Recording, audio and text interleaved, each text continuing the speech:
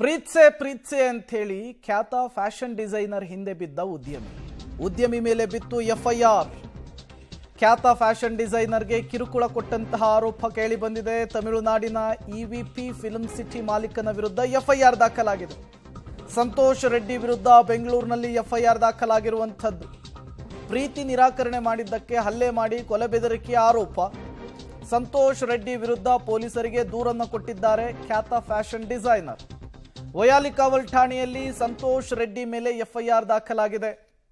ಈ ಖ್ಯಾತ ಫ್ಯಾಷನ್ ಡಿಸೈನರ್ಗೆ ಮದುವೆಯಾಗಿ 2 ಮಕ್ಕಳಿದ್ದಾರೆ. ಹಂಗಿದ್ರೂ ಕೂಡ ಈತ ಕಾಟ ಕೊಡ್ತಾ ಇದ್ನಂತೆ.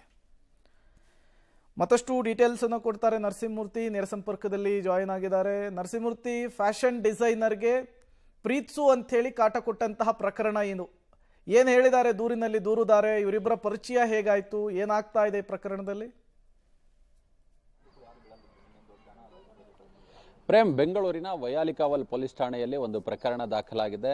ಬೆಂಗಳೂರಿನ ಖ್ಯಾತ ಪ್ರತಿಷ್ಠಿತ ಫ್ಯಾಷನ್ ಡಿಸೈನರ್ ಒಬ್ಬರು ದೂರನ್ನು ದಾಖಲು ಮಾಡಿದ್ದಾರೆ. ಅವರಿಗೆ ಮದುವೆಯಾಗಿ 2 ಮಕ್ಕಳಿದ್ದಾವೆ. ಅವರು ಈ ಬೆಂಗಳೂರು ಸೇರಿದಂತೆ ಹೊರ ರಾಜ್ಯಗಳು ಸೇರಿದಂತೆ ಸಾಕಷ್ಟು ಈ ಫ್ಯಾಷನ್ ಡಿಸೈನಿಂಗ್ ಅಲ್ಲಿ ಹೆಸರನ್ನ ಮಾಡಿದ್ದಾರೆ. ಸಾಕಷ್ಟು ಚಿತ್ರರಂಗ ಸೇರಿದಂತೆ ಸೆಲೆಬ್ರಿಟಿಗಳಿಗೆ ಈ ಫ್ಯಾಷನ್ ಡಿಸೈನಿಂಗ್ ಮುಖಾಂತರ ಹೆಸರುವಾಸಿಯಾದಂಥವ್ರು. ಈಕೆ ಇದೀಗ ದೂರನ್ನು ಕೊಟ್ಟಿರುವಂತಹದ್ದು. EVN ಸಿನಿಮಾ ಹೌಸ್ ಅದು, ಅದರ ಮಾಲೀಕ ಸಂತೋಷ್ ರೆಡ್ಡಿ ಅಂತೇಳಿ ಆತನ ವಿರುದ್ಧ ಒಂದು ದೂರನ್ನ ದಾಖಲು ಮಾಡಿದ್ದಾರೆ.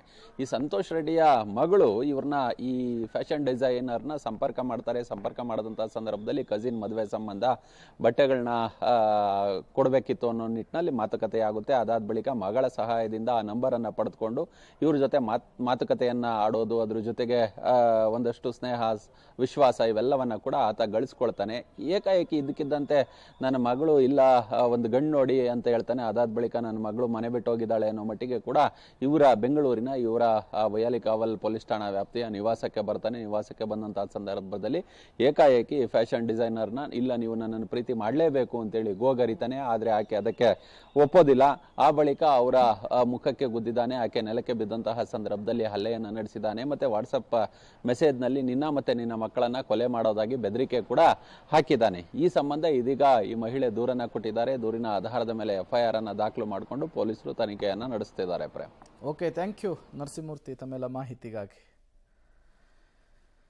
ಪ್ರೀತ್ಸೆ ಅಂಥೇಳಿ ಮದುವೆಯಾದ ಮಹಿಳೆಯ ಹಿಂದೆ ಬಿದ್ದಿದ್ದಂತಹ EVP ಫಿಲ್ಮ್ ಸಿಟಿ ಮಾಲೀಕನ ಮೇಲೆ FIR ದಾಖಲಾಗಿದೆ. ಪೊಲೀಸರು ತನಿಖೆಯನ್ನು ಕೂಡ ನಡೆಸುವುದಕ್ಕೆ ಮುಂದಾಗಿದ್ದಾರೆ. ತನಿಖೆಯ ನಂತರ ಈ ಪ್ರಕರಣದ ಸತ್ಯಾಸತ್ಯತೆ ಏನು ಅನ್ನೋದು ಹೊರಬರಬೇಕಿದೆ. ಹಲ್ಲೆ ಮಾಡಿದ್ದಾರೆ ಅಂತ ಕೂಡ ಖ್ಯಾತ ಫ್ಯಾಷನ್ ಡಿಸೈನರ್ ಆರೋಪವನ್ನು ಮಾಡ್ತಾ ಇರುವಂಥದ್ದು. ಇವರ ದೂರಿನ ಮೇರೆಗೇನೆ ಈಗ FIR ಕೂಡ ದಾಖಲಾಗಿದೆ.